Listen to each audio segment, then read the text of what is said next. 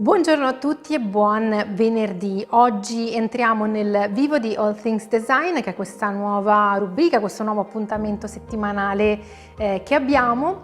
e in cui vi parlerò del mio punto di vista sul design e di volta in volta ci confronteremo su tematiche sempre differenti, ma sempre legate a questo interessantissimo mondo in cui lavoro, che è quello appunto del design e dell'architettura.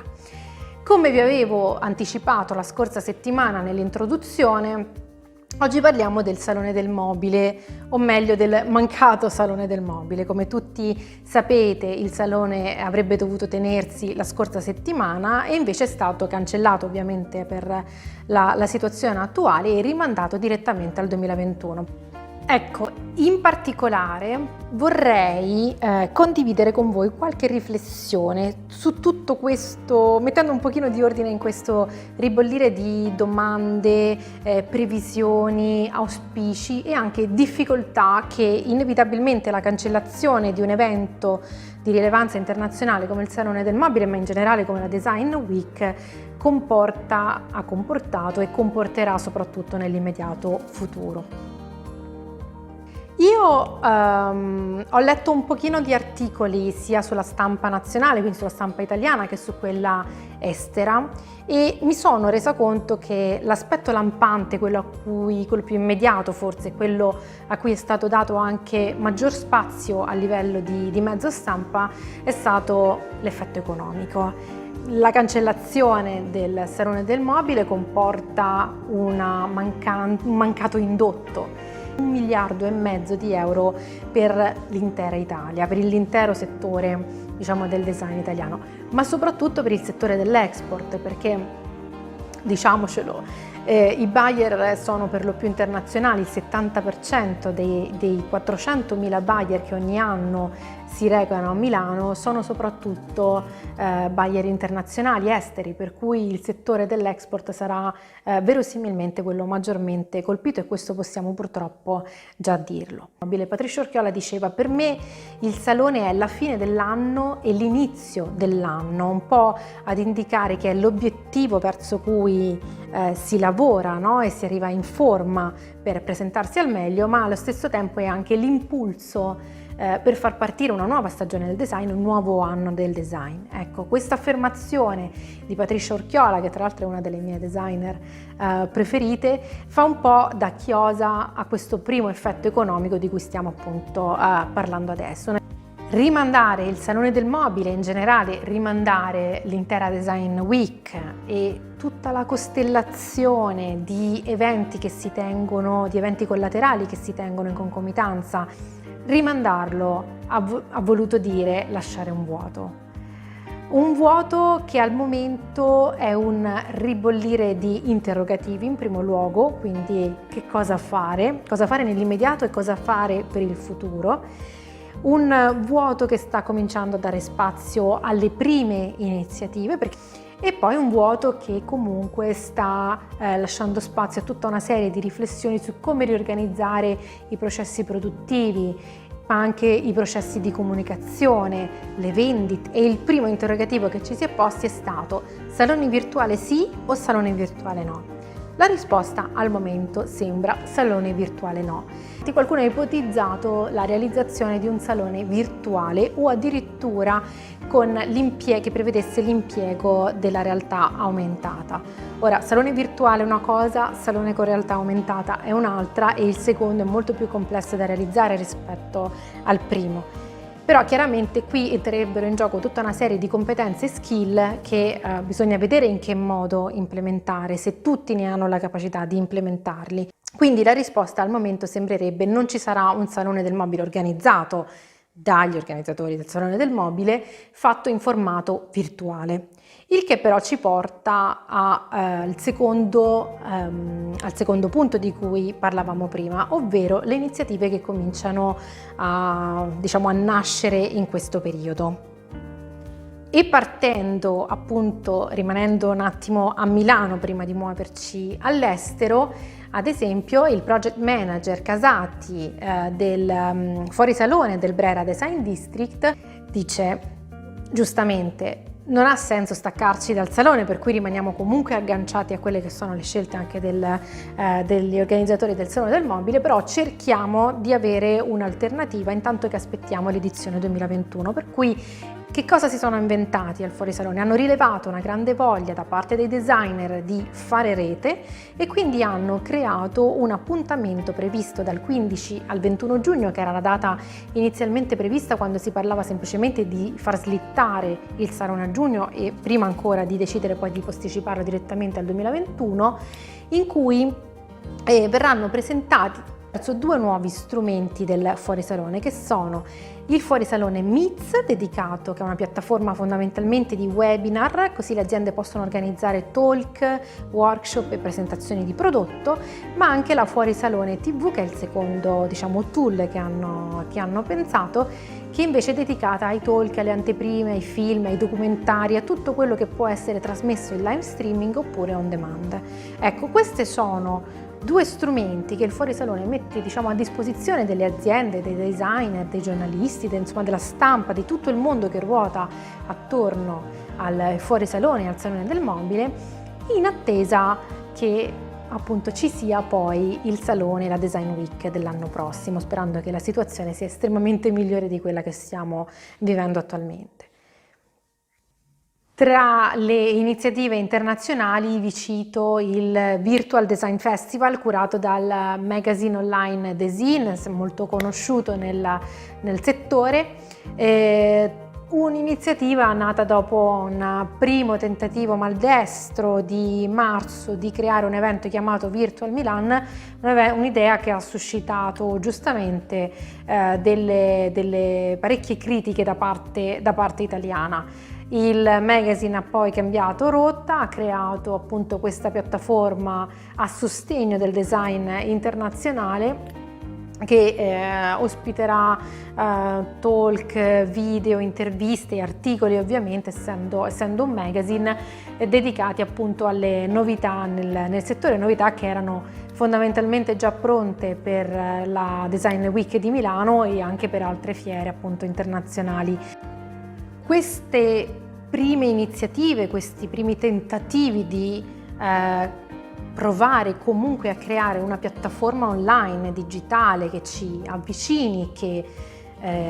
riduca le distanze tra edizione e edizione, tra aziende designer, tra designer e utenti finali,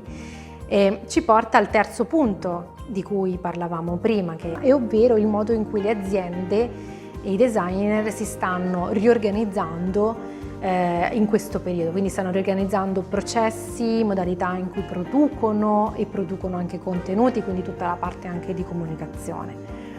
Ora, c'è stato un proliferare di iniziative online, tra l'altro portate avanti tramite l'utilizzo di piattaforme già a disposizione e soprattutto social media per rimanere vicini agli utenti e ai fruitori, per cui a tutti noi in realtà. Questo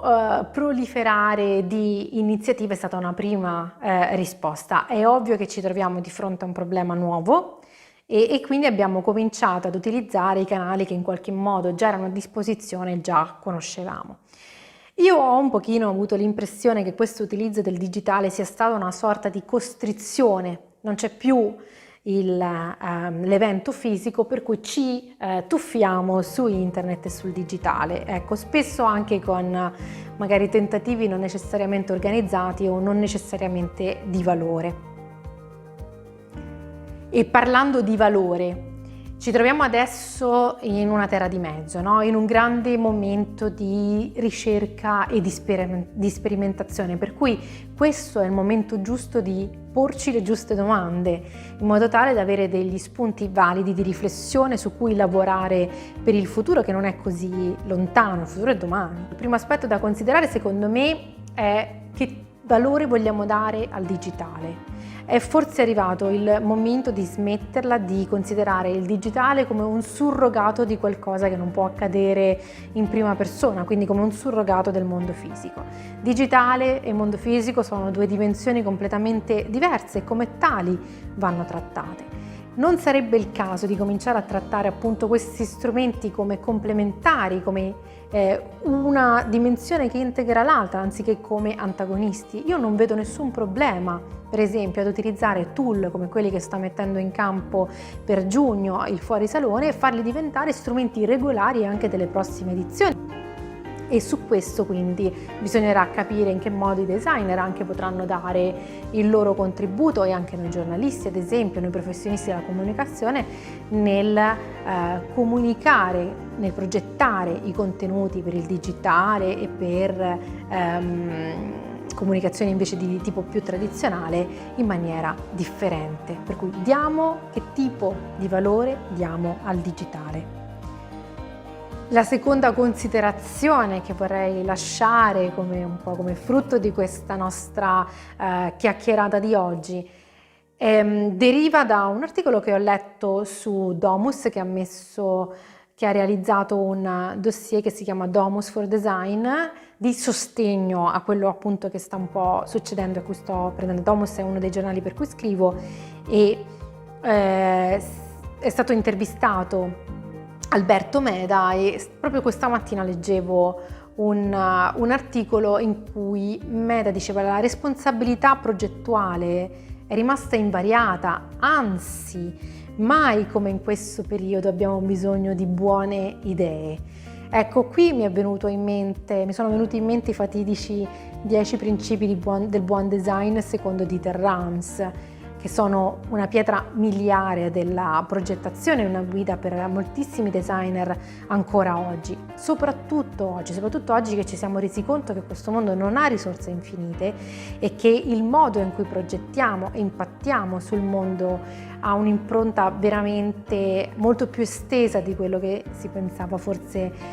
qualche anno fa. Ecco, Meda diceva, e qui leggo un attimo, mi sono segnato una sua citazione: non si inventa nulla da zero, bisogna tenere conto di quello che c'è, di quello che esiste, per fare quel passo in avanti che viene chiamato innovazione. E qui mi è venuto in mente un altro autore importante, che non è, diciamo, un designer del mobile, ma è un futurologo, diciamo, che è Bruce Sterling. Io ho letto nel 2005, lui ha pubblicato questo libro che si intitola La forma del futuro, un libro che molti anni fa, ormai 15 anni fa, mi ha aperto gli occhi, e lui sosteneva: il domani, qui un'altra citazione, il domani ricicla l'oggi, le nuove capacità sono stratificate nelle vecchie. Ecco, quindi partiamo da quello che c'è, questo è il momento di interrogarci su che cosa vogliamo fare. Cerchiamo di interpretare in maniera valida, responsabile, cosa fare domani. Cerchiamo di evitare gli sprechi. Ho sentito per esempio tantissime persone sostenere: probabilmente ci sarà molto meno bisogno di viaggiare per tante riunioni, perché abbiamo capito che si possono fare online, per cui anche nella moda Armani, Lie, Delcourt hanno tutti rilasciato delle interviste in cui si immaginano che tutto ciò che non era strettamente necessario, tutto ciò che era insane, possa in qualche modo rimanere nell'era pre-Covid, a favore di un futuro più sostenibile, di una società più sincronica e più allineata a quelle che sono le nuove esigenze che stanno nascendo. Per cui non c'è una risposta in questo video, non volevo, la mia idea non era arrivare ad una conclusione, perché non è questo il momento di arrivare a delle conclusioni. Questo è il momento di mettere un pochino di carne al fuoco e ragionare per bene su cosa fare in futuro. Io sono molto curiosa di sapere che cosa ne pensate di questi spunti di riflessione, sono molto curiosa di sapere come state affrontando, ad esempio, la mancanza di un evento così importante come il Salone, come la Design Week,